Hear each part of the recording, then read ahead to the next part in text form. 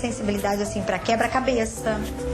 Ele esperto, atiladíssimo, quebra-cabeça, jogo de bingo, as questões assim de alfabeto, de construção de nomes, tanto é que ele já escreve os nomes da família, né? Ele já chegou aqui, ele já dominando a escrita do nome dele.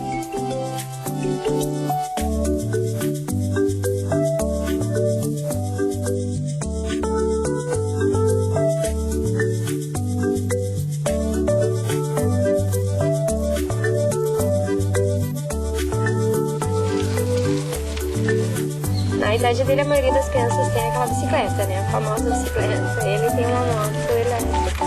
E ele consegue ainda brincar com essa moto. Então, pra ele, é o máximo ele tá na rua com as crianças brincando. Ele gosta de brincar no computador.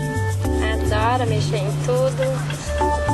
Ele gosta de cantar. Meu coração batia forte, eu nem sabia por quê. Eu era apenas um menino, descobrindo a paixão. Eu te olhava todo tempo e nem sabia a razão. O Nicolas é uma criança que nasceu com atrofia muscular espinhal, que é uma síndrome, né, que ela degenera os músculos, então ele vai perdendo movimento. E problemas na deglutição dos alimentos. Por isso que ele só se alimenta via sonda, que ele não pode se alimentar via oral. Ele estava já na fase de caminhar e ele não firmava a perna. Daí foi mandado para um neuro, onde eles descobriram que ele tinha essa atrofia. A notícia, na hora que foi dada, foi um baque, né? Porque nós não esperávamos, até porque temos 2 saudáveis, né? Mas em seguida nós conseguimos aprender com ele, estamos ainda aprendendo com ele, né? Ele queria estar no meio das crianças e não podia. Nós tentamos creches para ele, como foi orientado pelos psicólogos que ele ia, né? Não conseguimos, sem sucesso, as creches não quiseram aceitar porque achavam que era risco. E a única escola que aceitou ele foi a escola Cantinho Amigo, né? Ela teve que recorrer à secretaria, né? E aí, através da Secretaria Municipal de Educação, eles encaminharam ele para cá. Eu tinha medo dele ser rejeitado pelos colegas, dele não... Assim, se relacionar, ele se relaciona bem com todos. Mas eu tive medo de alguma criança ou alguém judiar, empurrar, aquela coisa de criança, né? Até a década de 80 era forte a segregação. Então havia um movimento social muito forte, e havia um movimento social de direitos humanos internacionais muito forte, e no Brasil esses movimentos já eram fortes, de garantir o direito à escola. Então os pais, os professores achavam que era impossível uma criança com deficiência neuromotora, uma pessoa com surdez, uma pessoa cega, ir para a escola regular. Então se defendia a escola especial, se defendia a classe especial, né? E nós lutávamos já nesse momento histórico pela integração, colocar as crianças na sala regular. E acho que cada vez mais assim a nossa sociedade está se preparando, né, para conviver com pessoas que até então estavam um pouco escondidas.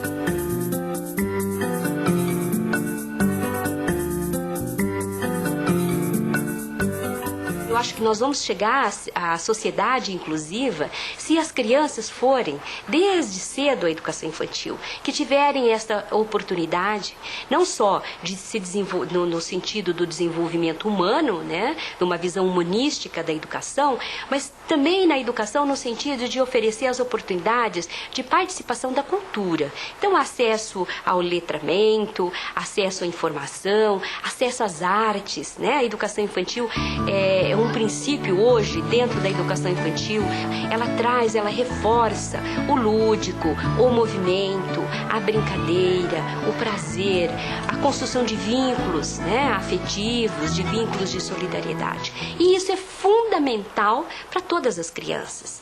Então a criança com necessidades especiais que vem à escola, ou crianças com alguma deficiência, elas não precisam de um currículo diferente, elas não precisam de um currículo especial, elas não precisam de uma escola especial.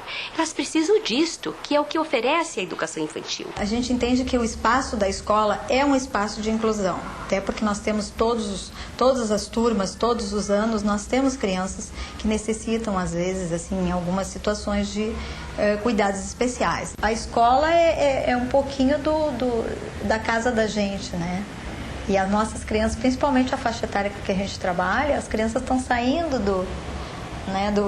do aconchego familiar, e as primeiras pessoas que eles conhecem somos nós em termos de escola, né?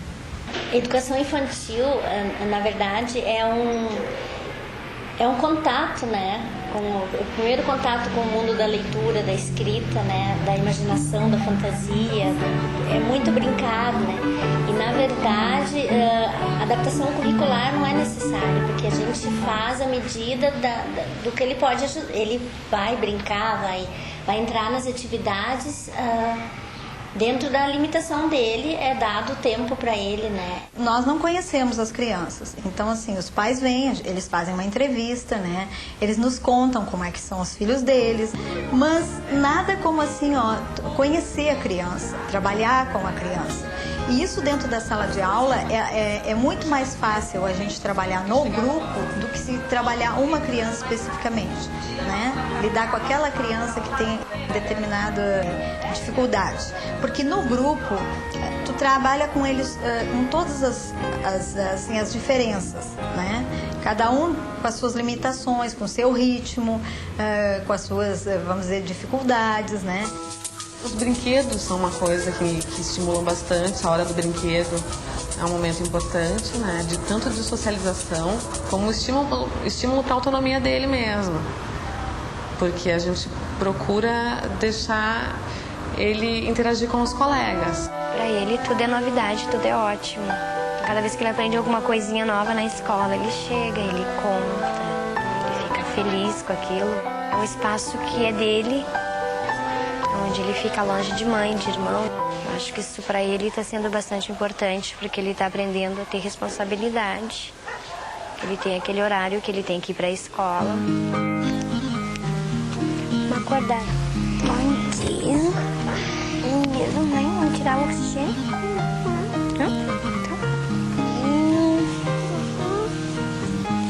Sim.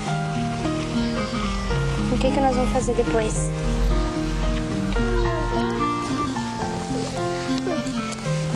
Isso.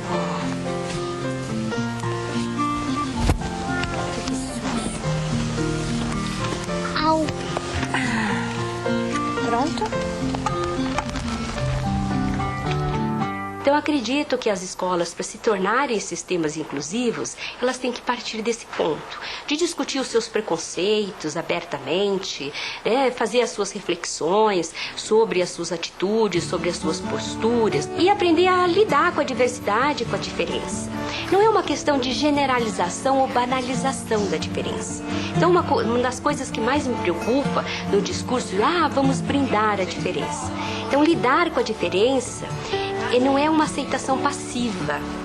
E isso passa por toda uma reestruturação das formas de relações e interações dentro da própria escola, né? Entre os professores, das atitudes entre os professores. Porque a gente não ensina para a criança aquilo que a gente não vive no nosso cotidiano. A experiência de Porto Alegre foi uma das primeiras capitais, eu acho, um primeiro estado que iniciou a inclusão. Então, as escolas já têm uma caminhada e aqui sempre teve inclusão. A criança com deficiência física, ela tem as necessidades específicas, né? Que são de ordem da acessibilidade. Ela necessita de ambientes acessíveis, né? Eliminação de barreiras arquitetônicas, ela precisa de banheiros adaptados, ela precisa de instrumentos de locomoção, né? Ela precisa de cadeiras de roda quando ela não consegue andar, para poder se deslocar por todo o espaço da escola e nos ambientes comunitários. E precisa também, que eu chamo de necessidades específicas, são os mobiliários adequados. Eu digo sempre que não é a limitação da criança ou o tipo de dificuldade que ela tem que determina se ela pode ou não ir para a sala regular. O que determina é a capacidade da escola se organizar para modificar esse ambiente, esse mobiliário, para que dê condições de acessibilidade física para essa criança e de ação, que ela possa brincar e trabalhar em todas as atividades com as mesmas oportunidades. Ela vai trabalhar de forma diferente, fazer de forma diferente, mas com a mesma qualidade de oportunidade que as outras crianças. Quando o Nicolas chegou para nós, a gente já sabia vamos dizer, não diria nem dificuldade, das limitações dele.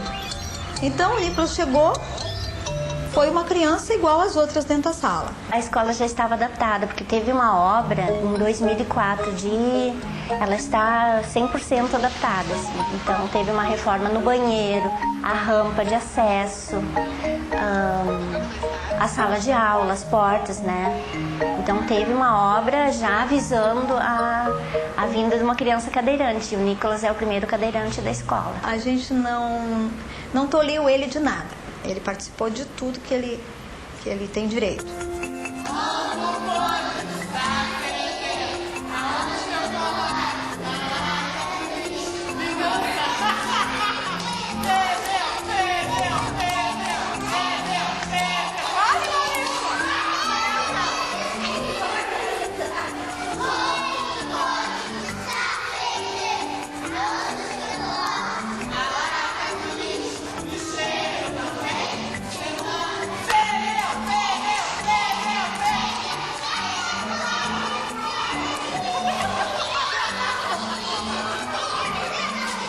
À medida assim que o programa ia sendo desenvolvido, que os nossos projetos iam sendo trabalhados, ele participava assim, aquilo, tu via que ele fazia aquilo com alegria, né? E queria sempre, prof, mas tão pouquinho. Então às vezes ele achava que a atividade era pouca, né? Porque ele tinha condições até de trabalhar mais, assim, de se envolver mais. Ele sempre achava que era pouco. E a gente foi percebendo que aquilo foi bom para o crescimento dele. Porque alguns medos que ele tinha também, porque ele achava que ele não ia conseguir fazer algumas coisas, e a gente, na medida assim, bem natural mesmo, a gente ia mostrando para ele que ele tinha capacidade, ele tem capacidade. As atividades feitas no chão, ele ia para o chão, as atividades feitas no quadro, ele ia para o quadro, né? A gente até adaptava, às vezes empurrava a cadeirinha, em vez da cadeira de rodas, né? Mas a gente nós não fizemos mudanças para que ele permanecesse no grupo. Não foi feito isso. A gente recebeu ele naturalmente como todos os outros. Sim, esta moça veio. Ah, tá.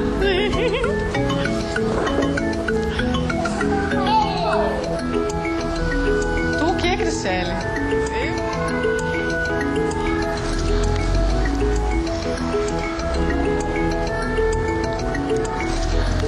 Ele se comunica muito claro, de uma maneira muito clara. Ele expressa o pensamento dele de uma maneira muito clara. Ah, tu ouviu isso, Pedro? Ele disse que não é o destruidor, é o construtor. Ele participa das atividades, ele responde quando solicitado e quando não solicitado também. É sempre o primeiro, eu sei.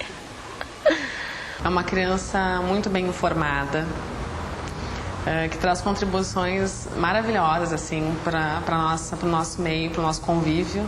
E o Nicolas é uma criança, sim, ele é muito maduro. Eu não enxergo o Nicolas pela necessidade que ele tem. Eu enxergo ele como uma criança que contribui muito, porque isso é o mais marcante nele. O que vai ter nessa fazenda? Bicho? A demanda principal é a questão física, né? Então, o que tem acontecido mais é que eu tenho brincado mais com eles no pátio, por exemplo, subido na casinha. Porque é um brinquedo que é difícil para ele utilizar. Tem uma ponte móvel que fica meio bamba, então tem que ter um apoio. Ele tem dificuldade para sentar, ele tem que ter sempre alguém para ajudar ele. Tem que ser ajudado para ir ao banheiro, ele tem que se alimentar pela sonda. É uma alimentação especial, é um leite de soja e por causa da própria deficiência dele, ele acaba não conseguindo comer o necessário. Então ele manda para o pulmão.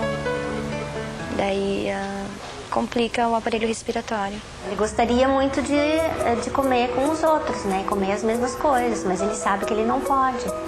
Mas ele fica mexido com a questão do alimento, né? A gente tem aquela mania, né? Gente, tá bom, né? Vamos comer, tá bom, não sei o que, não sei o que. E o Nicolas não pode comer. Às vezes eu falo e eu tenho medo de estar sendo exclusiva. E quando eu vejo, eu já falei. Mas na realidade, a orientação é que a gente consiga ser o mais natural possível, até porque ele tem consciência do que ele pode e do que ele não pode. E isso é uma coisa que ele vai vivenciar sempre, né? Não vai ser só aqui na escola, vai ser na vida dele, lá fora também. As 100 crianças que vêm, cada uma é de um jeito, né? Então, para receber cada pessoa, cada criança, a gente faz um preparo.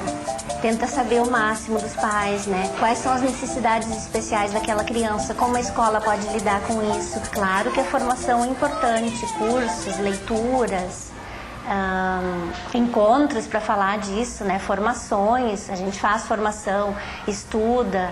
Quando são crianças que precisam de um apoio, a gente tem uma estagiária que está na sala de aula para auxiliar o professor na inclusão dessa criança, auxiliar no que ela precisa para ter um convívio com os demais, né, com os colegas, poder participar das atividades em todos os momentos da rotina da escola. Quando a gente faz a roda sentadinho na cadeira, ele geralmente chega na cadeira de rodas, né? E a gente sempre tem cuidado de perguntar para ele o que é mais confortável para ele, ou se vai incomodar ele ficar nessa cadeira menor, numa cadeira que é mais dura, que enfim, não é a cadeira dele. Em geral, ele aceita uma boa, ele diz que não tem problema, então a gente costuma colocar ele na mesma cadeira junto com as outras crianças, ou se estamos fazendo a roda no chão também, sentadinho no chão, né? Para que a gente possa ficar todo mundo no mesmo nível. Eu entendo a inclusão como um processo. Então, a questão de, o professor está preparado ou não está preparado. A escola nunca vai estar preparada. O professor nunca vai estar preparado, porque nós não estamos preparados para tudo. Nós não sabemos tudo. É um processo em construção. O que nós precisamos é ajudar a escola a iniciar esse processo de construção, né? A ressignificar o seu projeto, a ressignificar a sua prática, né? E ela buscar os caminhos de resolução dos problemas e fazer alianças, parcerias, porque sozinha a escola também não dá conta. Nós somos pedagogas, nós trabalhamos com a parte da construção do conhecimento. O importante é que a gente busque apoio de pessoas que já trabalham nessa área, pessoas que têm mais experiência que a gente, buscar leitura, e a dúvida é uma coisa que vai estar sempre presente. Mas o que mais O que tranquiliza é a assessoria da Secretaria Municipal de Educação. Tem uma equipe de educação especial que dá assessoria às escolas. Todos os meses, uma vez por mês, a gente para fazer uma formação, estudo e planejamento das atividades. A gente faz as conversas, né, antes de receber as crianças, conversa com as mães, com os especialistas que trabalham com a criança, né, que nem no caso do Nicolas. Tem fono envolvido, tem médico, fisioterapeuta. Então a escola faz todo um preparo para acolher essa criança com bastante segurança. A fisioterapia ajuda para ele saber a se movimentar, como fazer a transmissão de peso no corpo. Ajuda também para manter os músculos, né? Ele nos dá aquele, vamos dizer assim, o como trabalhar com a questão motora do Nicolas, né? O que ele pode, o que ele não pode. Como fica a postura, porque o Nicolas tem uma escoliose já, né? Teve reunião com a fono, né? Onde ela explicou a consistência dos alimentos, né? Ou como preparar a sonda. Todos sabem como proceder nesse momento. Às vezes a gente corre na frente e a gente quer preparar o ambiente, tu acaba super protegendo também. Eu acho que nós, professoras, também temos que nos cuidar para isso. Porque tu acaba querendo super proteger a criança, algumas vezes, no momento que talvez não seja tão necessário. Então, por isso é importante o contato com o fisioterapeuta, com a fonoaudióloga. Umas vezes, quando ele está sentado no chão brincando com as crianças, a gente fica preocupado com a questão do equilíbrio, né? Se ele vai conseguir se equilibrar, se ele não vai cair para um lado, para o outro, enfim. Eu já estava pensando em algum equipamento, alguma almofada e tal, especial, para ele ficar ali sentadinho, para não correr o risco. Só que é uma coisa que a gente sempre tem que consultar antes o fisioterapeuta, por exemplo, porque talvez isso não seja necessário. E aí, a partir do momento que a gente dá esse auxílio, que é desnecessário, tu pode estar fazendo com que ele talvez perca mais força, né? Tu pode estar atrapalhando ele em vez de ajudar. Eu estou sempre presente na escola, né? Tentando ajudar de alguma forma a elas a conviver com o Nicolas, a saber como lidar com ele. Né? Se elas têm alguma dificuldade, elas me perguntam, eu vou lá e converso com elas. Ou às vezes eu tenho alguma dúvida, quero saber sobre alguma atividade da escola, eu vou na escola, eu pergunto. A gente tem um relacionamento muito bom, né? A presença dos pais é muito importante para a escola. E ter esse contato, esse interesse pela escola.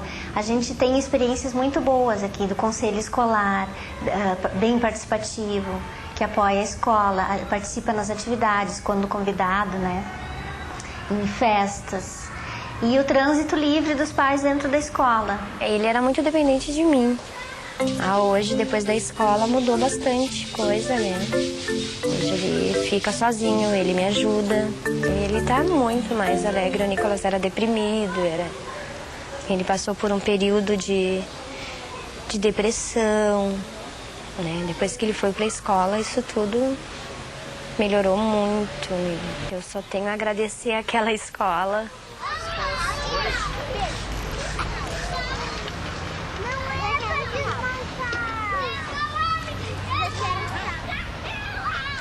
No início, assim, a gente sentia que algumas crianças parece que tinham medo de se aproximar dele, até pela questão, assim, da aparente fragilidade que ele tem, né? Aos poucos, os colegas foram vendo que era muito tranquilo também, que dava pra brincar com ele normalmente.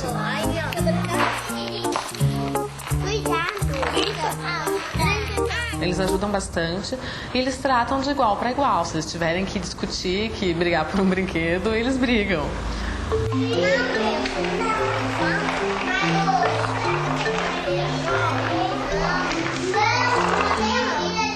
Ele tem um feeling, assim, uma sensibilidade muito grande. Ele lida super bem. Ele explica para as crianças o que ele tem. Ele até às vezes usa uma linguagem assim bem científica, então a gente tem que ajudar a traduzir. Como é que funciona essa sonda? Essa sonda é onde eu me alimento com mamá. Não posso comer nada pela boca. Não posso comer muitas coisas pela boca. Nada. E conta pra ela onde é que vai essa sonda. É na barriga? Vai direto pra barriga? Quando estoura a balonete dela, eu mesmo tiro. É mesmo?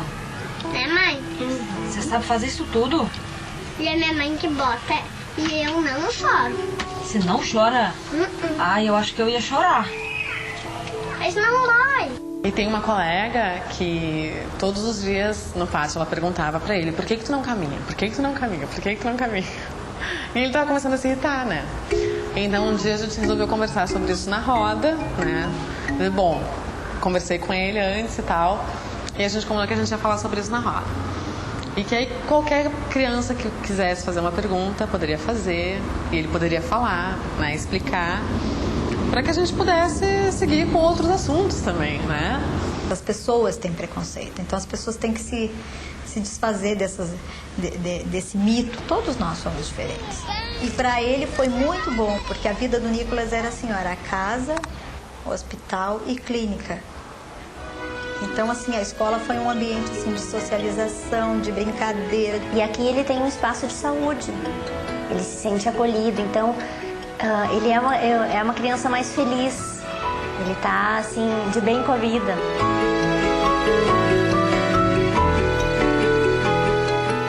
Isso é inclusão.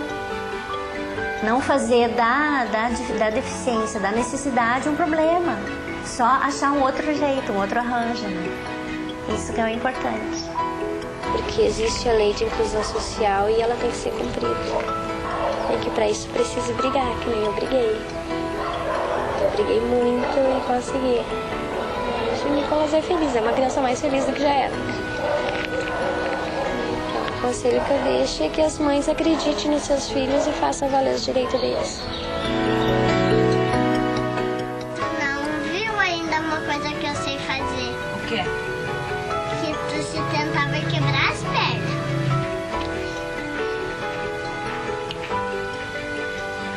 Mãe, me ajuda.